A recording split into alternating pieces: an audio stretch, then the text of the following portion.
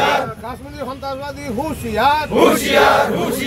পাকিস্তানি সন্ত্রাসবাদী হুঁশিয়ার পাকিস্তানি মৌলবাদী হুঁশিয়ার সনাতন হিন্দু একতা জিন্দাবাদ সনাতন হিন্দু একতা জিন্দাবাদ আমিনুল ইসলাম মুর্দাবাদ পাকিস্তানি সন্ত্রাসবাদী হুঁশিয়ার পাকিস্তানি মৌলবাদী হুঁশিয়ার এক হো সনাতনী এক হো সনাতনী এক হো সনাতন হিন্দু একতা জিন্দাবাদ আমিনুল ইসলাম মুর্দাবাদ আমিনুল ইসলাম মুর্দাবাদ মৌলভী মোহাম্মদ নওশাদ মুর্দাবাদ মৌলভী মোহাম্মদ নওশাদ মুর্দাবাদ জিন্দাবাদ আমিনুল ইসলাম মুর্দাবাদ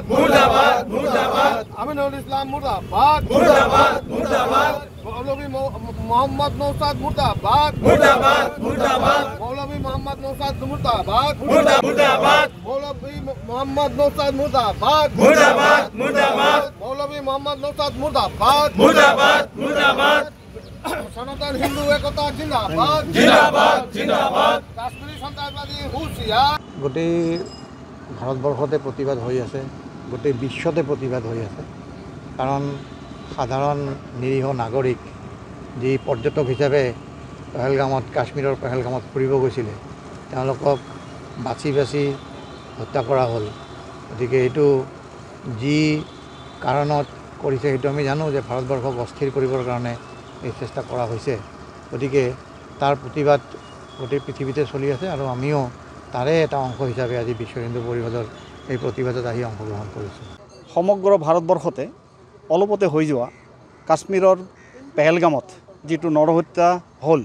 আৰু নাম সুধি ধৰ্মৰ ভিত্তিত আততায়ীয়ে নৃশংসভাৱে হত্যা কৰিলে তাৰে প্ৰতিবাদত আমি সমগ্ৰ ভাৰতবৰ্ষত আজিৰ এই দিনটোত আমি ধৰ্ণা আমি কাৰ্যসূচী ৰাখিছোঁ আৰু দেশৰ অন্যান্য জিলাৰ লগত সংগতি ৰাখি আমি ধুবুৰী জিলাতো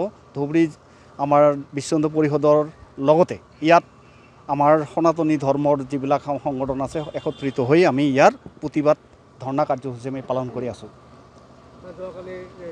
ক্ষেত্ৰত মই এটা কথা ক'ম, এজন বিধায়ক হৈ আৰু এজন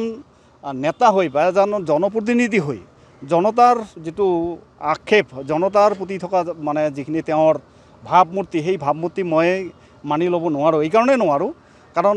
যিটো নৰহত্যা তাত সংহাৰ কৰা হ'ল, যি নাম সুধি ধৰ্ম সুধি আৰু তেওঁক কলমা